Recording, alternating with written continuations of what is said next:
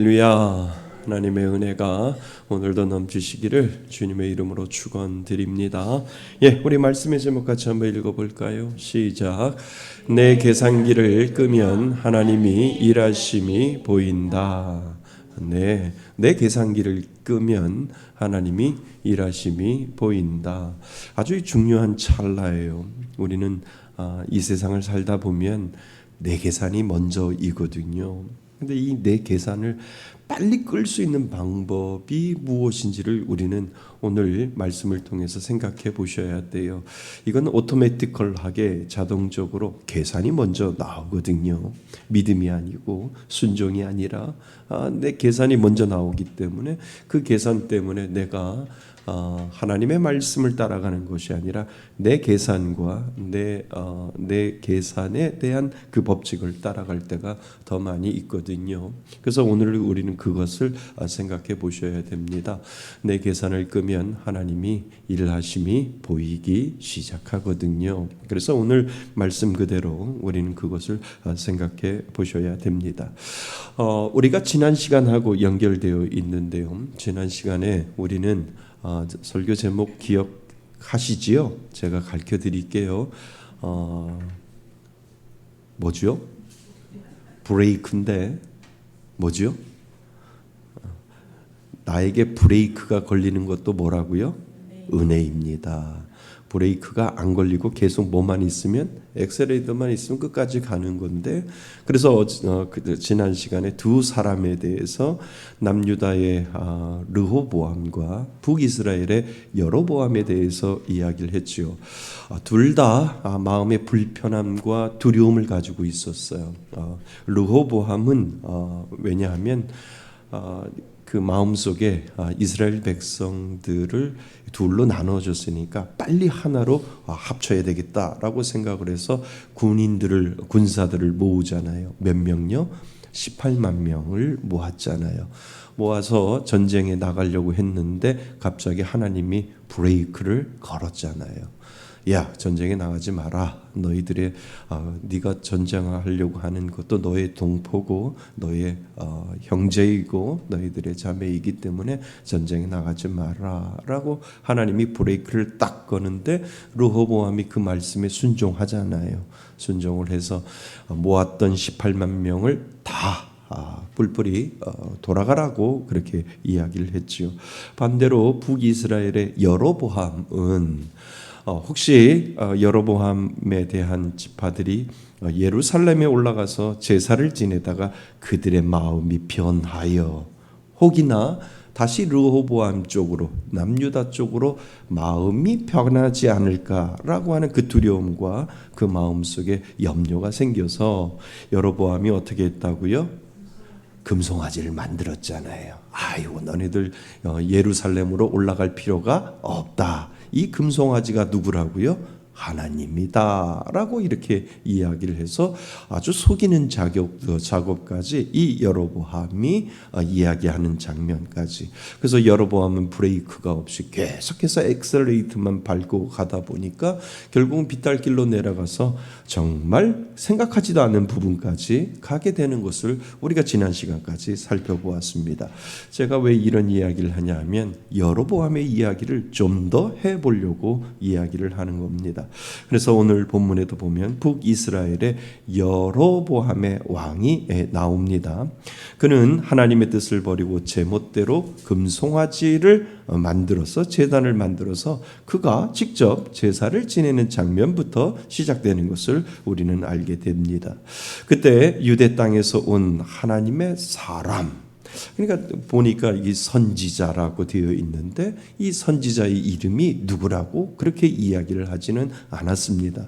그러니까 하나님의 사람 선지자가 나타나서 이 여로보암 왕에게 이야기를 합니다. 뭐라고 이야기하냐면 너가 만들었던 금송아지 제단이 분명히 무너질 것이다. 둘로 쪼개질 것이다 라고 예언을 하게 됩니다. 그때 여로보암에게 브레이크를 걸어준 거잖아요. 하나님이 하나님의 사람 선지자를 통해서 브레이크를 걸어주러 왔는데 브레이크가 걸려요, 안 걸려요? 안 걸려요. 안 걸려요.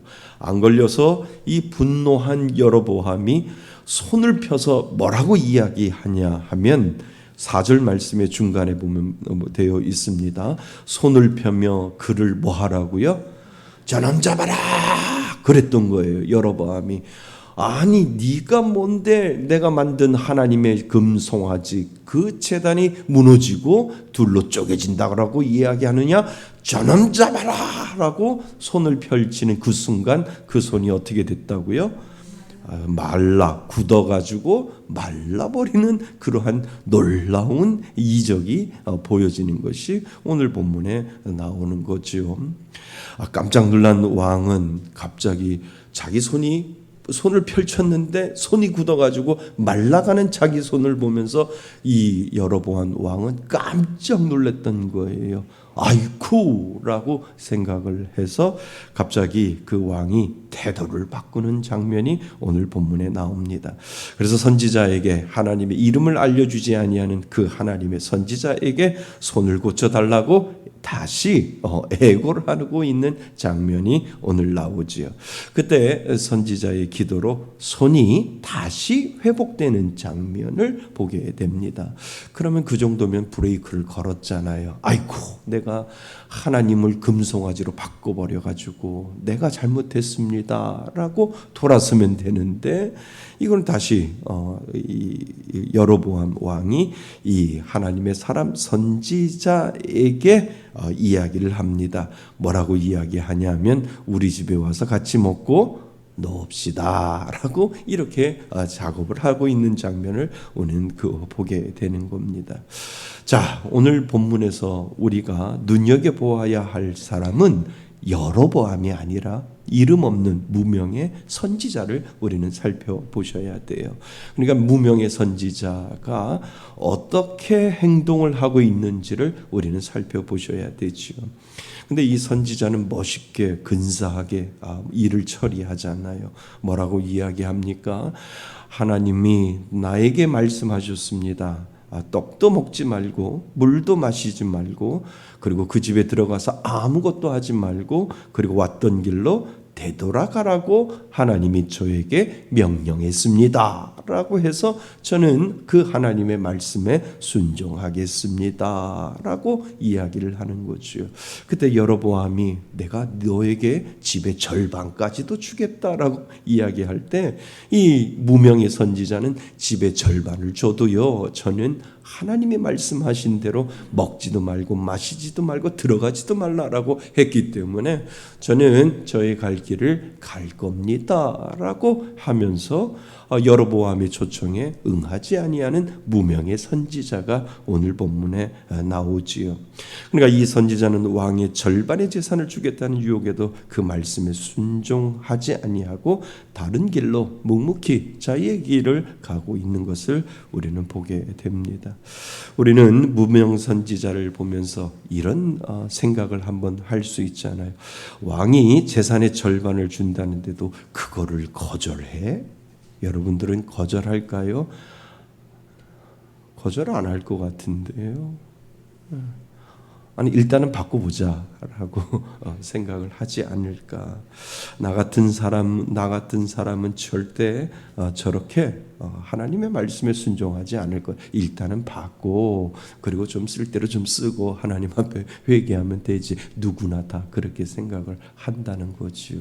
근데 이 무명의 선지자는 정확하게 단호하게 거절하고 있는 것을 우리는 보게 된다는 거죠. 맞아요. 우리 힘으로는 못해요.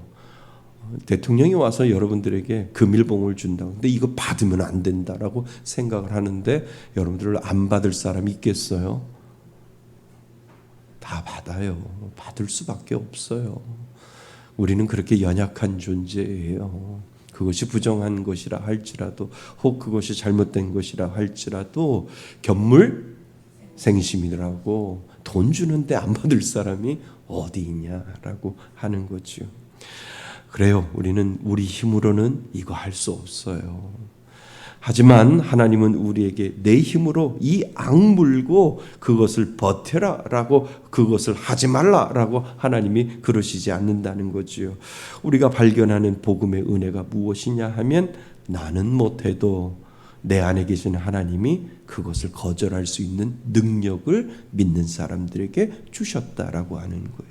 설마 그것이 정말 하나님을 배반하는 일이라면, 하나님 앞에 온전히 서지 못하는 일이라면, 내 힘으로도 못하지만 하나님이 그것을 할 수 있도록 거부할 수 있는 그 마음과 지혜와 용기를 하나님은 믿는 자에게 분명히 주셨다라고 하는 거죠. 그러니까 내 힘으로 하는 것이 아니라, 내 능력으로 하는 것이 아니라, 누구의 이름으로? 하나님의 이름으로 할 수 있는 그 지혜와 능력을 하나님이 분명히 주셨다라고 하는 겁니다. 그래서 하나님은 우리에게 내 힘으로 이 악물고 버텨라라고 말씀하시지 아니하시고, 하나님이 주시는 그 지혜를 하나님 앞에 모든 것들을 맡기면 너는 거절할 수 없는 것도 거절할 수 있단다라고 하는 그 용기를 하나님은 믿는 자에게 분명히 주신다라고 하는 겁니다. 왕의 거대한 유혹 앞에서도 선지자가 단호할 수 있었던 이유는 그가 독특한 사람이라고 그런 것이 아니라, 하나님이 그 마음에 세상 유혹을 이길 수 있는 용기와 힘과 지혜를 실시간 공급해 주기 때문에 그렇다는 거예요. 믿는 사람은 우회가 열렸어요. 하늘이 열렸어요. 하나님이 주시는, 그러니까 똑같은 어떤 유혹이 온다 할지라도 우리는 두 창구가 열려 있기 때문에, 세상적인 창구도 열려 있지만 하나님을 향한 그 창구도 열려 있기 때문에 하나님이 실시간 공급하시고, 하나님이 실시간 말씀하시고, 하나님이 실시간 우리들에게 안테나가 되어서 우리들의 마음 가운데 찾아오셔서 하나님의 그 말씀에 순종할 수 있는 그 은혜를 하나님이 믿는 자에게 주셨다라고 하는 겁니다. 믿으세요. 그래서 내 이름으로 하나님 100% 실패합니다. 하지만 하나님이 저 타협하지 않게 해 도와주세요라고 엎드릴 때, 하나님은 분명히 지혜 주시고요, 하나님 분명히 능력 주시고요, 하나님 분명히 놀라운 역사를 우리들에게 보여주신다라고 하는 겁니다. 마트에 가면 시식 코너가 있잖아요.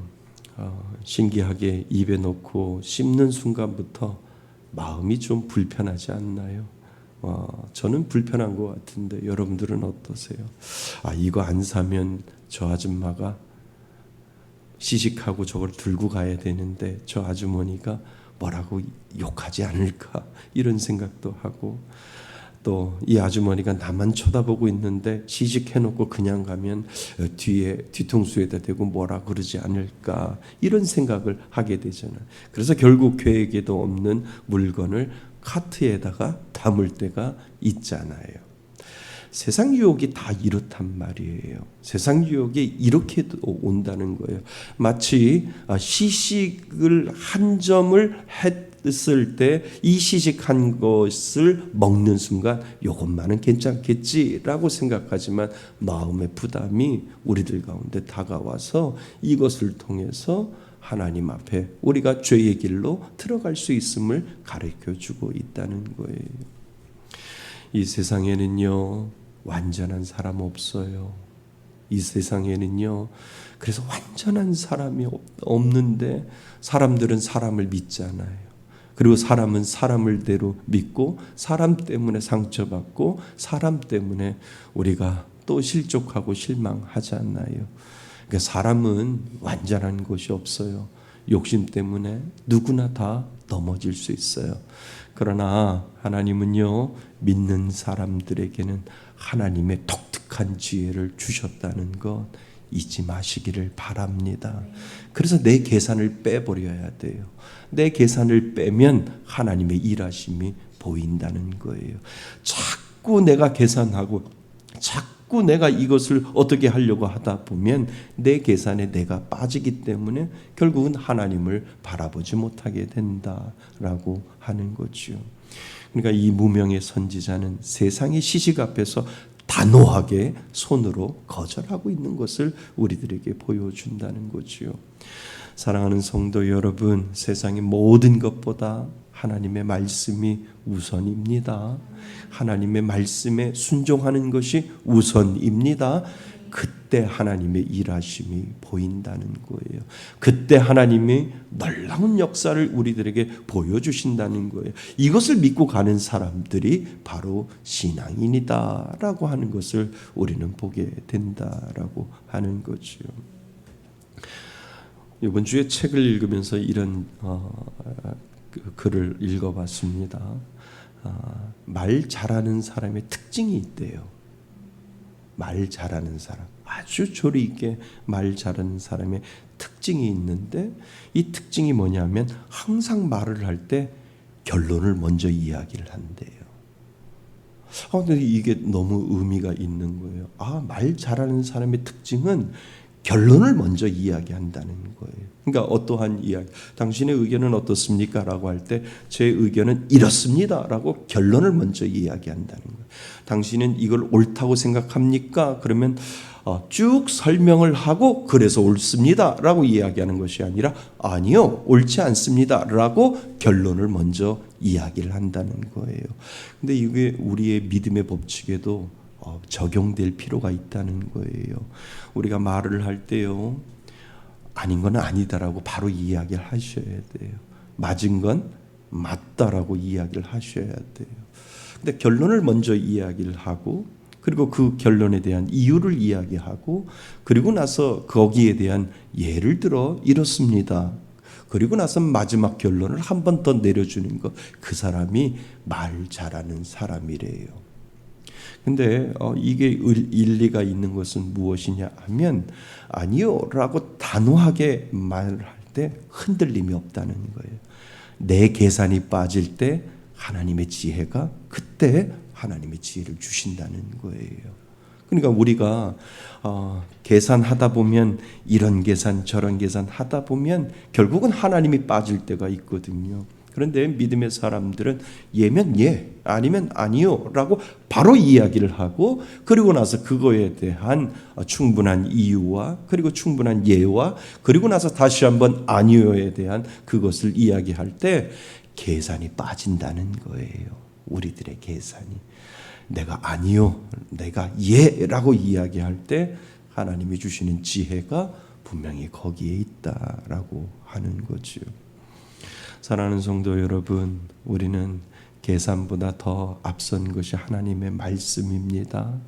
하나님의 말씀에 내가 순종하기 위해서는 나의 계산을 어떻게 하면 빼버릴까, 내 생각을 어떻게 하면 빼버릴까라고 하는 이 믿음의 고백이 이 이름 없는 선지자에게서 우리는 배우셔야 된다는 거예요. 아주 단호하게 이야기하지 않나요? 하나님이 이르시기에 떡도 먹지 말며 물도 마시지 말고 왔던 길로 되돌아가라고 하나님이 말씀하셨습니다. 아니요, 나는 안 들어가겠습니다 라고 할 때 그 이유를 정확하게 설명하고 있는 이 이름 없는 무명의 선지자를 통하여 하나님은 우리들에게 가르쳐주고 있다라고 하는 거죠. 자, 9절 말씀 같이 한번 읽어볼까요? 8절 9절입니다. 8절 9절 시작. 하나님의 사람이 왕께 대답하되 왕께서 왕의 집 절반을 내게 준다 할지라도 나는 왕과 함께 들어가지도 아니하고 이곳에서는 떡도 먹지 아니하고 물도 마시지 아니하리니 이는 곧 여호와의 말씀이 내게 명령하여 이르시기를 떡도 먹지 말며 물도 마시지 말고 왔던 길로 되돌아가지 말라 하셨음이니이다 하고. 아멘.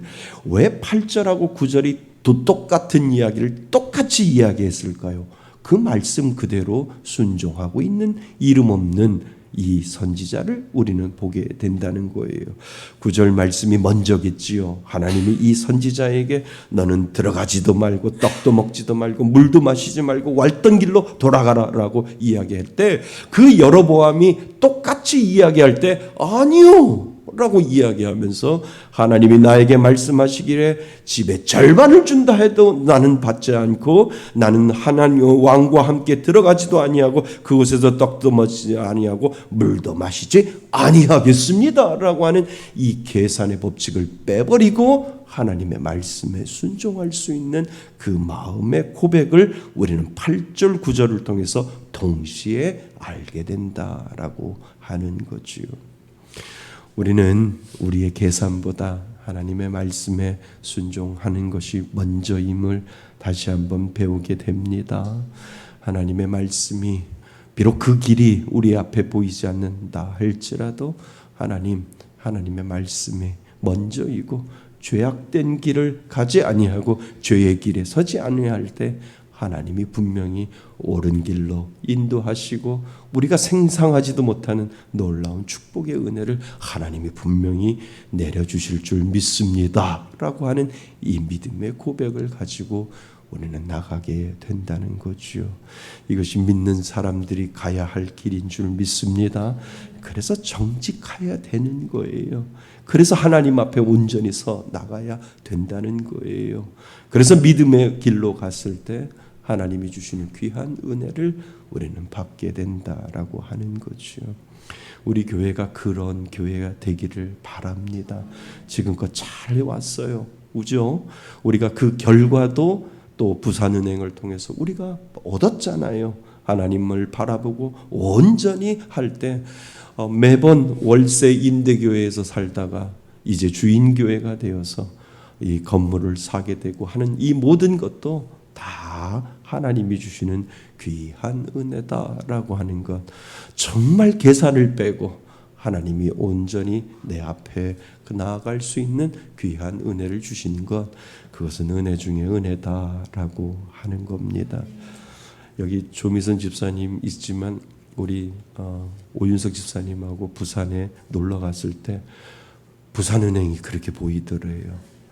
너무 감사하더래요. 너무 고맙더래요.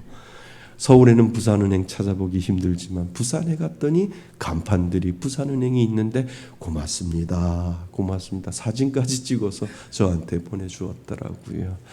그러니까 우리가 생각하지도 못한, 우리가 계산하지도 못한 하나님의 놀라운 은혜는 우리에게 하나님은 준비되어져 있다라고 하는 것, 이것은 여러분들 믿음으로 받으시기를 바랍니다.